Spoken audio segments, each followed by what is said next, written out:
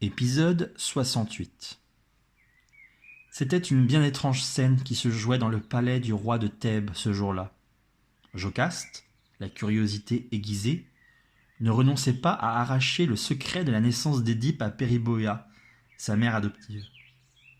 Elle décida de lui confier un secret, espérant obtenir une confidence en échange. « J'ai connu, moi aussi, un oracle qui ne s'est pas accompli, dit-elle sur le ton un peu forcé du secret murmuré. J'ai eu un fils avec mon premier mari, Laios. Un oracle du devin Tirésias, ici présent, avait prédit que cet enfant tuerait son père. Laios a fait disparaître l'enfant à sa naissance et la prophétie ne s'est jamais réalisée. Antigone releva la tête et chercha le regard de sa mère. Jocaste n'avait jamais évoqué ce fils auparavant. Antigone venait de découvrir l'existence de ce demi-frère disparu. Plus que la révélation, ce qui la choqua, ce fut la légèreté avec laquelle sa mère avait raconté la disparition de cet enfant. Périboea répondit à Jocaste. « J'ignore qui est la mère de mon fils. Ce que je sais, c'est que cette mère n'a pas pris grand soin de lui. Car lorsque j'ai trouvé le bébé dans un panier d'osier au fil de l'eau, ses chevilles avaient été sauvagement percées. On avait passé une lanière à ses pieds pour exposer cet enfant à la mort. Édipe ne doit sans doute sa survie qu'au grand cœur d'un serviteur incapable d'accomplir la sinistre besogne jusqu'au bout. » Édipe écoutait avec avidité. Il comprenait pour la première fois l'origine de son handicap. Il n'avait jamais rien su des blessures qui avaient causé ses cicatrices. Et ses aveux le troublaient plus qu'il ne l'aurait voulu.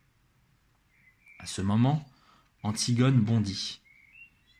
Le vieux serviteur, sans doute trop éprouvé d'avoir entendu le récit de son propre dévouement, venait de perdre connaissance. Elle se précipita vers lui et tenta de le ranimer.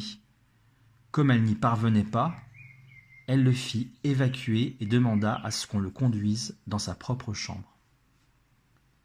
Un lourd silence s'installa. Édipe était songeur.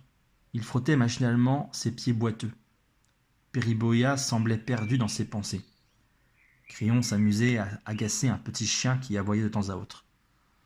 Et on aurait dit que Tirésias priait. Quant à Jocaste, elle s'était figée, comme une statue de marbre, en écoutant le récit de Périboea. Plus aucune minauderie sur son visage. Livide, elle avait soudain l'air d'une vieille poupée fatiguée.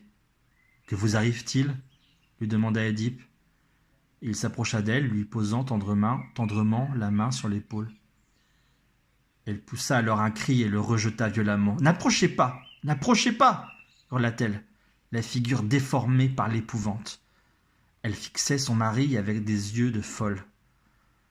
Son frère Créon tenta de la calmer. Elle le repoussa tout aussi violemment. Elle ne parvenait pas à détacher ses yeux d'Édipe. On aurait dit qu'elle dévisageait la plus hideuse des créatures. Et soudain des gémissements s'échappèrent, bientôt transformés en hurlements. « Non, non !» cria-t-elle. « Coupable ! Coupable !» Périboea s'était levée. Elle avait saisi avec fermeté les mains de Jocaste pour l'empêcher de se lacérer le visage de ses ongles. Et lui avait simplement dit « Vous ne le saviez pas ?» Jocaste sanglotait maintenant. Thésée guettait en silence la réaction d'Édipe. Il n'avait pas encore compris les raisons de ce délire. Il tenta une nouvelle fois d'enlacer sa femme. Elle se remit à hurler en le repoussant comme on repousserait la mort elle-même. Perdu, Édipe cherchait un soutien dans la salle. Créon, énervé, était sorti. Périboea s'occupait de Jocaste. Il ne restait plus que Tirésias. Édipe, désemparé, s'approcha du devin. Il murmura « Devin, j'ai compris que c'était moi, l'assassin de Laios. Tu le sais, n'est-ce pas ? Mais qu'arrive-t-il à Jocaste ? Quelle folie la frappe soudainement ? Pourquoi rejette-t-elle les attentions de son époux ? De quoi se sent-elle coupable ? » Tirésias prit une grande inspiration et finit par répondre. « Édipe, sois courageux. Jocaste est ta mère. » Un vertige s'empara d'Édipe. Cette femme, sa femme, était celle qu'il avait mise au monde ? Celle qu'il avait abandonnée à une mort certaine ? Mais Alors, Laios qu'il avait tué était son père? Et ainsi il avait réalisé l'horrible prophétie de la pitié de Delphes.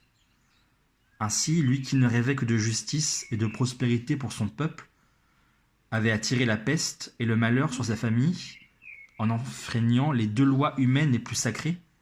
Tu ne tueras point ton père, tu ne coucheras pas avec ta mère. Lui, Édipe, avait commis le parricide et l'inceste sans le savoir. Thésée vit pour la première fois des larmes couler des yeux de Tirésias. Comment survivre à ce destin tragique ?